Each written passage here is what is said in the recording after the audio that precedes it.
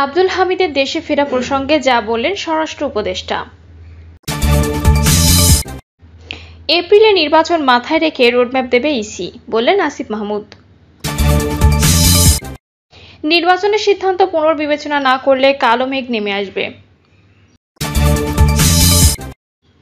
উত্তাল Los Angeles, ব্যাপক সংঘর্ষ, গাড়িতে অগ্নিসংযোগ।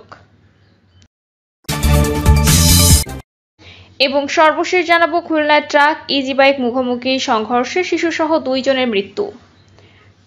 শুনছিলেন সংবাদ শিরোনাম, এবারে বিস্তারিত। আব্দুল হামিদের দেশে ফেরা প্রসঙ্গে যা বললেন স্বরাষ্ট্র উপদেষ্টা। সাবেক রাষ্ট্রপতি আব্দুল হামিদ চিকিৎসা নিয়ে দেশে ফিরেছেন। এ বিষয়ে স্বরাষ্ট্র উপদেষ্টা লেফটেন্যান্ট জেনারেল মোহাম্মদ জাহাঙ্গীর আলম চৌধুরী বলেছেন, তদন্তে দোষী হলে আইনের আওতায় নেওয়া হবে, কেউ নির্দোষ হলে কেন সাজা দেব। ডিএমপি যাত্রাবাড়ি থানা পরিদর্শন শেষে সাংবাদিকদের সঙ্গে আলাপকালে প্রশ্নের জবাবে তিনি কথা বলেন।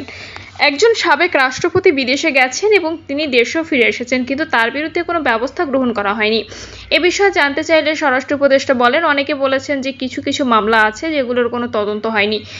তদন্তে যারা দোষী হয়েছে তাদের আইনে আওতায় আনা হয়েছে। আপনারাই সবসময় বলেছেন যেন নির্দোষরা কোনো অবস্থায় সাজা না পায়, এজন্য আমাদের তদন্তটা করতে দিন। যদি তদন্তে কেউ দোষী হয় তাহলে কাউকে আইনের বাইরে রাখা হবে না, তাকে আমরা আইনের আওতায় নিয়ে আসবো। ফৌজদারি মামলায় তদন্তে দোষী বা অপরাধ মোটামুটি প্রমাণিত না হওয়ার আগ পর্যন্ত কাউকে গ্রেপ্তার করা হবে না বলে জানান জাহাঙ্গীর আলম চৌধুরী। তিনি বলেন, নির্দোষ একজন মানুষকে কেন সাজা দেব।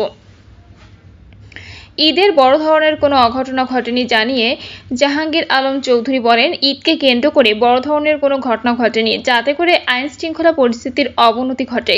রাস্তাঘাটে 2-1টা দুর্ঘটনা ঘটেছে, 2-1টা চুরি চামারি হচ্ছে, তবে বড় ধরনের কোনো ঘটনা ঘটেনি। তাই ঈদের নিরাপত্তা ব্যবস্থা নিয়ে আমি মোটামুটি খুশি। এপ্রিলে নির্বাচন মাথায় রেখে রোডম্যাপ দেবে ইসি, বলছেন আসিফ মাহমুদ।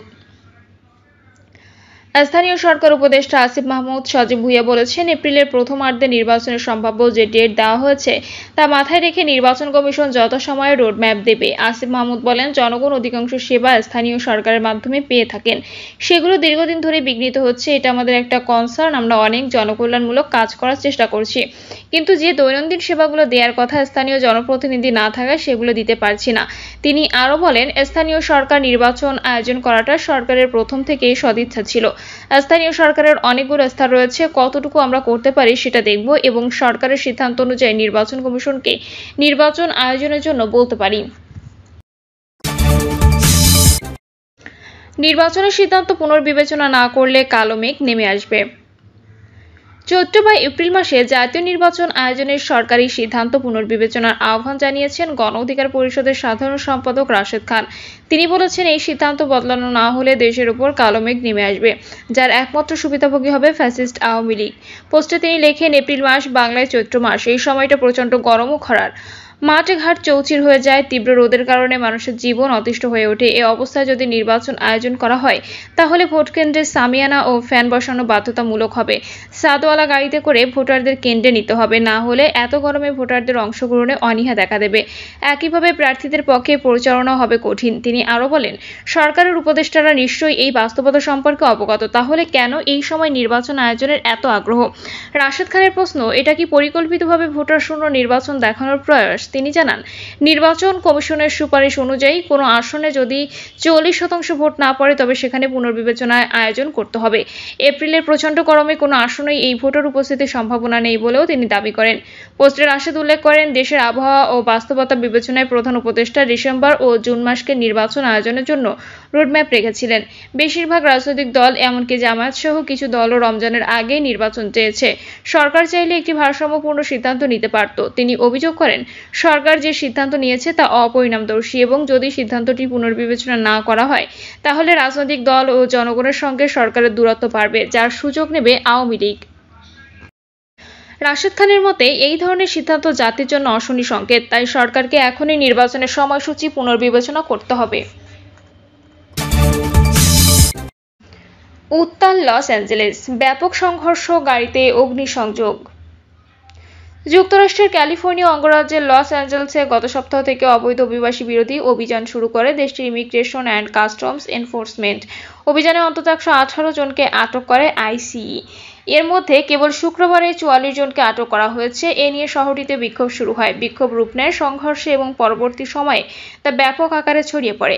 বিবিসির লাইভ প্রতিবেদনে বলা হয়েছে, শুক্রবার থেকে শুরু হওয়া বিক্ষোভ টানা 3 দিন ধরে চলছে। ডয়েচে ভেলে জানিয়েছে, গত শনিবার দক্ষিণ-পূর্ব লস অ্যাঞ্জেলেসের পারামাউন্ট এলাকায় বিক্ষোভকারী এবং আইন প্রয়োগকারী সংস্থার মধ্যে সংঘর্ষ আরও তীব্র আকার ধারণ করেছে। উত্তেজনা ছড়িয়ে পড়ার পর কাঁদানে গ্যাস ছুড়ে পরিস্থিতি নিয়ন্ত্রণে আনার চেষ্টা করে পুলিশ।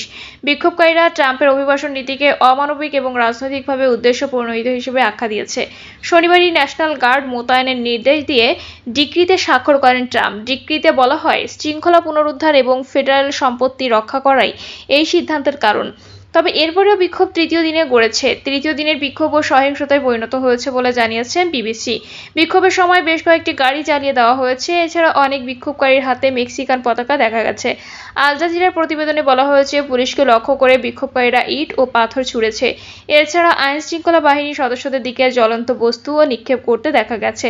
পুলিশের গাড়িতেও জ্বালিয়ে দিয়েছে তারা। Edward R Roybal federal building, metropolitan detention center এবং 101 ফ্রিওয়ের কাছে তৃতীয় দিন সংঘর্ষ হয়েছে।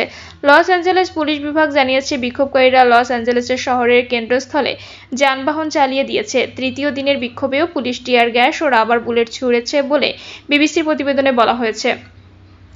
লস অ্যাঞ্জেলেসে ট্রাম্পের সিদ্ধান্তে যে ন্যাশনাল গার্ড মোতায়েন করা হয়েছে তাতে বেজায় চটেছে ক্যালিফোর্নিয়ার গভর্নর গ্যাভিন নিউসম। তিনি একে উদ্দেশ্যপ্রণোদিত উস্কানি হিসেবে উল্লেখ করেছেন। ডেমোক্র্যাটরা ট্রাম্পের পদক্ষেপকে ক্ষমতার উদ্বেগজনক অপব্যবহার বলে অভিহিত করেছেন। এদিকে মার্কিন প্রতিরক্ষা মন্ত্রী পিট হেগসেট বিক্ষোভ না থামলে আরও কঠোর হওয়ার বার্তা দিয়েছে। এক্সে দেওয়া বার্তায় তিনি হুঁশিয়ারি দিয়েছেন যে প্রয়োজনে মেরিন সেনা মোতায়েন করা হবে। বিক্ষোভকে জাতীয় নিরাপত্তা ঝুঁকি হিসেবে বর্ণনা করে এর পেছনে সংগঠিত অপরাধী নেটওয়ার্ক বা বিদেশি সন্ত্রাসী সংগঠন জড়িত থাকতে পারে বলে উল্লেখ করেছে মার্কিন প্রতিরক্ষা মন্ত্রী। খুলনায় ট্রাক ইজিবাইক মুখোমুখি সংঘর্ষে শিশুসহ 2 জনের মৃত্যু। খুলনায় ট্রাক ও ইজিবাইকের মুখোমুখি সংঘর্ষে শিশুসহ 2 জন মৃত্যু হয়েছে। এছাড়া আহত হয়েছেন আরও 4 জন। পুলিশ ও স্থানীয়দের বরাতে জানা যায়, ইজিবাইকে করে বিয়ের অনুষ্ঠানে যোগ দিতে যাচ্ছিলেন যাত্রীরা। বাগেরহাট থেকে খুলনার দিকে ফিরছিল একটি ট্রাক। দারোগার ভিটা এলাকায় পৌঁছালে ট্রাকটির সঙ্গে মুখোমুখি সংঘর্ষ হয় ইজিবাইকটির। এতে ঘটনাস্থলেই 2 জনের মৃত্যু হয়। প্রিয় দর্শক, এই ছিল এখনকার সর্বশেষ সংবাদ। আপডেট সব সংবাদ পেতে চ্যানেলটি সাবস্ক্রাইব করে বেল আইকনটি ক্লিক করে রাখুন।